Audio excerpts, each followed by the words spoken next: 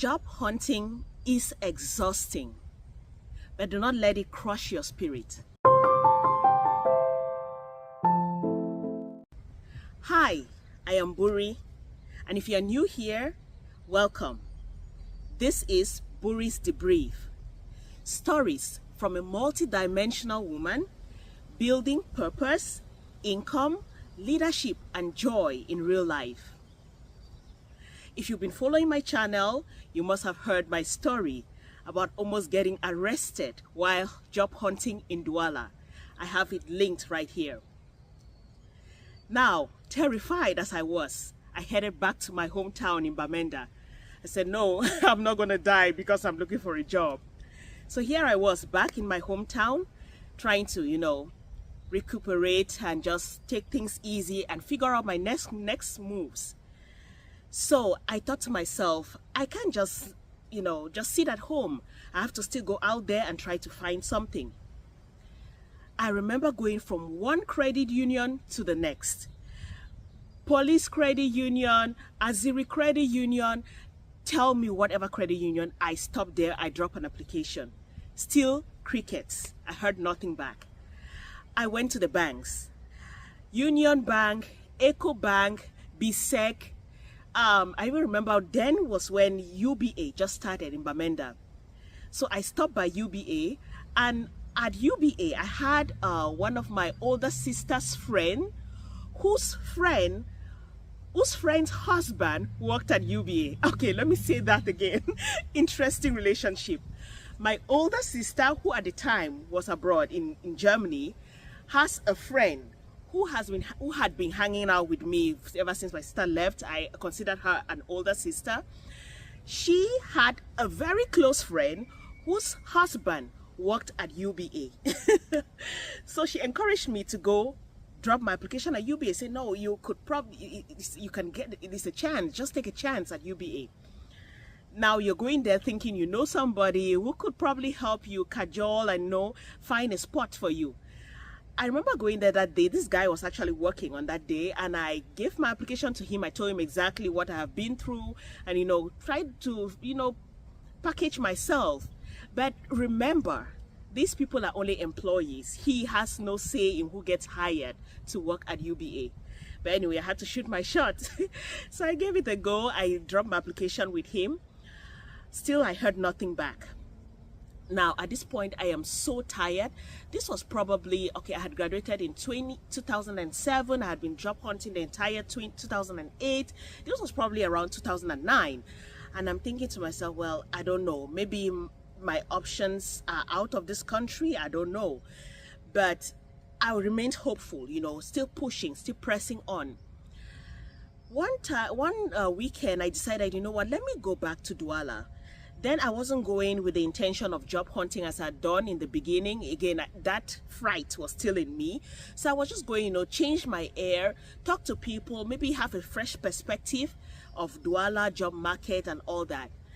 And I remember walking into a couple of establishments and seeing my classmates already working. Now, that's one thing that nothing prepares you for. I mean, you know that you graduated with these people, everybody's hustling out there, but you will find out that there are people who, while in university, while studying, they already had something, planned for them. They already had jobs waiting for them. That was the case with one of my very good friends. When I spoke to her and told her all my, struggle with finding a job and asked her how she got hers, she was very honest with me. She let me know she had an aunt in South Africa at the time who had a friend who worked in that particular establishment, and before she even got into the program in the university, her aunt seemingly had some influence. So they already knew what was going to come out of it. She already had a spot that was waiting for her. So if you're out there job hunting or going in a crowd or with a good number of friends in a group, please remember that not all fingers are the same. There are people who have a leg up than you do. And that should not be a cause for, jealousy or anger. That's just how life is. Face that reality. There are some people who already have the bread sitting there and waiting for them. So, I got lots of stories about, I just visited different offices, people whom I knew, talked to a good number of people. At that point, I'm just trying to do some sort of networking, to let people know that I'm still available for a job. Well, I eventually returned to Bamenda, still with no job. And back at home, it began to hit me a lot harder. I'm asking myself, well, here I am. Okay, if I don't have a job in the next 2-3 years, what becomes of me? I'm asking myself those tough questions.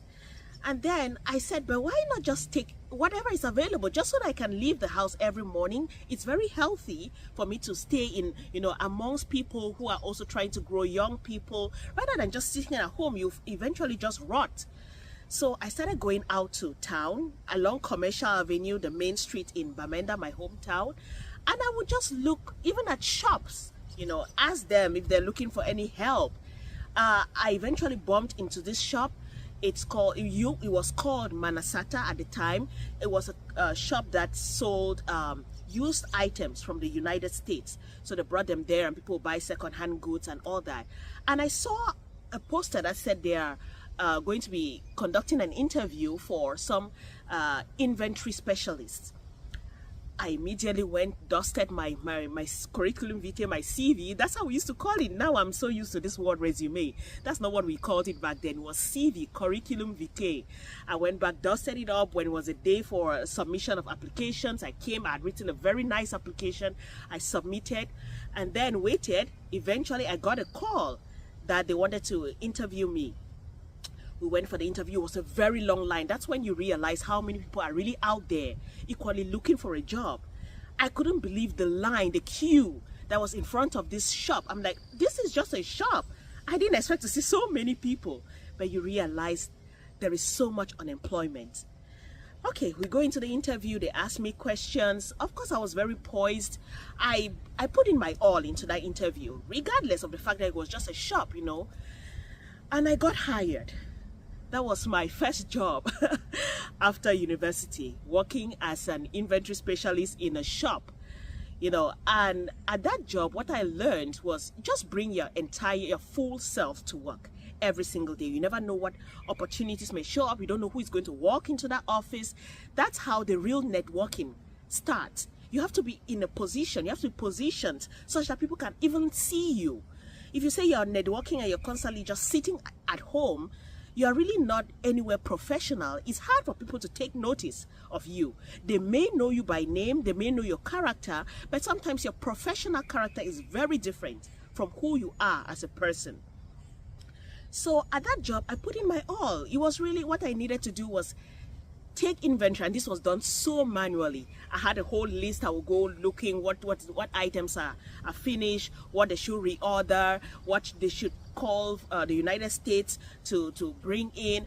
Like it was quite manual, but still I was excited to be there. I was happy to have a place to even leave my home and go to every single day.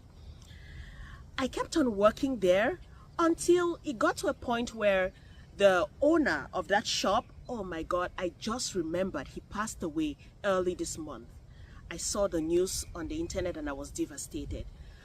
God bless his soul. So he was coming home on one of his trips. Normally he would come with all the goods and everything and just check what's going on around there.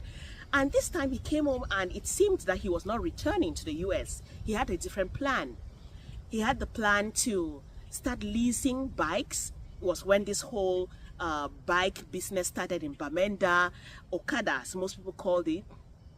And his plan was to buy these bikes because he knows that people do not have the money to purchase these bikes. It was in the hundreds of thousands of CFA. Some people cannot afford that. So his plan was to buy these bikes, own them, but hand them out, lease them out to young riders, and then they come in every day and deposit some money, what they've made out of riding those bikes, and that goes into their account. And I was chosen to be the person to collect that money and,